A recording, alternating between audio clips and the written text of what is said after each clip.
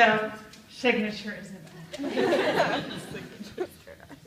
It's so nice to see everyone in the audience coming from a variety of different classes. You've got the Shannons, you've got the Money, we have Saka. It's amazing. So nice to see you guys. I first met Paul Shepard when he was in middle school. I remember the occasion well. For Sister Morgan had hosted a very touching cancer fundraising event with Sophie Boyer at the Shepard home. I recall walking into the foyer, seeing Paul with his hair kind of flying around in different directions, typical of a middle school boy, and I remember how his voice sounded when he said, "Ha!" Waved quickly and retreated to his bed. Years later, I still recall exactly how the Shepard home looked that evening. The lights outside, the patio where Linda Brown and I sat in shadow, and the touching way in which the Shepard family made everyone feel so comfortable and welcome. For those of you who don't know Paul well, I can say that he is really honestly the embodiment of that family. He longboards, he skis, he snowboards, he loves the films that I love.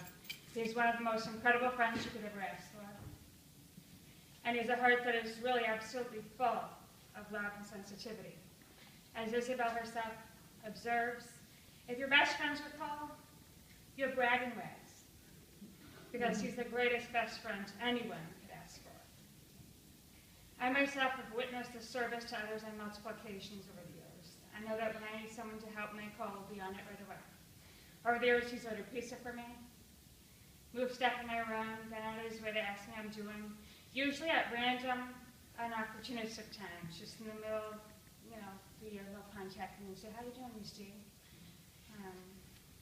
That's always been really important, I think, to me. And in general, it just displayed those singular qualities of thoughtfulness and love and compassion and warmth you just wish everyone would have. He has a great sense of humor, so laid back and fun and so assuming and relaxed. And one of the qualities I think makes Paul special is that he immediately makes people feel comfortable around him. He's mild, he's calm, he's easy to talk to. In addition, having Paul as a student has been a true joy. I remember in English class exactly where Paul used to sit, right next to Andrew Gunner. And Andrew would walk in with fluorescent clothing. So he usually flexing his muscles. And Paul would kind of just saunter in behind him and just kind of shake his hand and say, kind of just to follow that. And I used to say, "Wow, Andrew, I'm blinded by the light, jeez."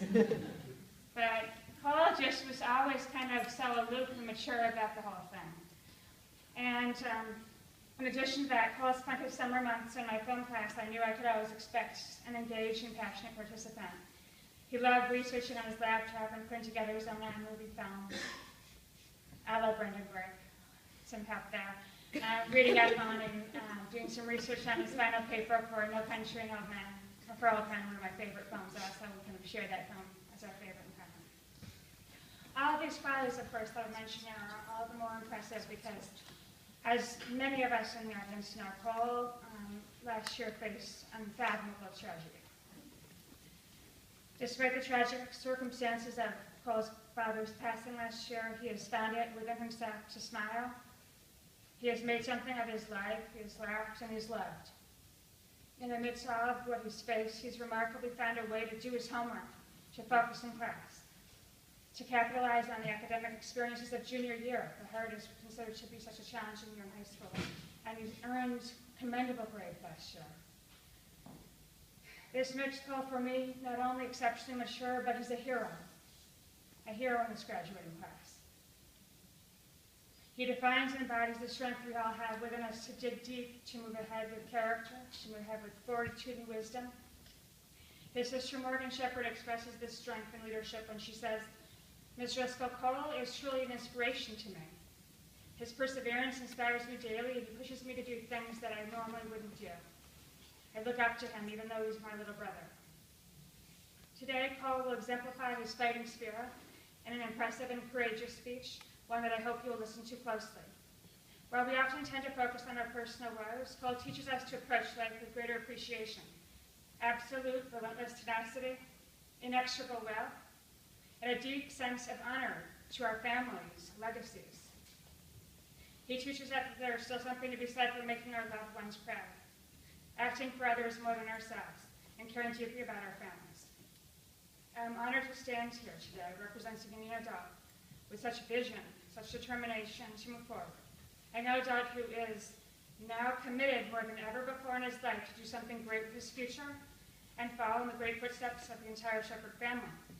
So without further ado, I present to you Paul Shepherd.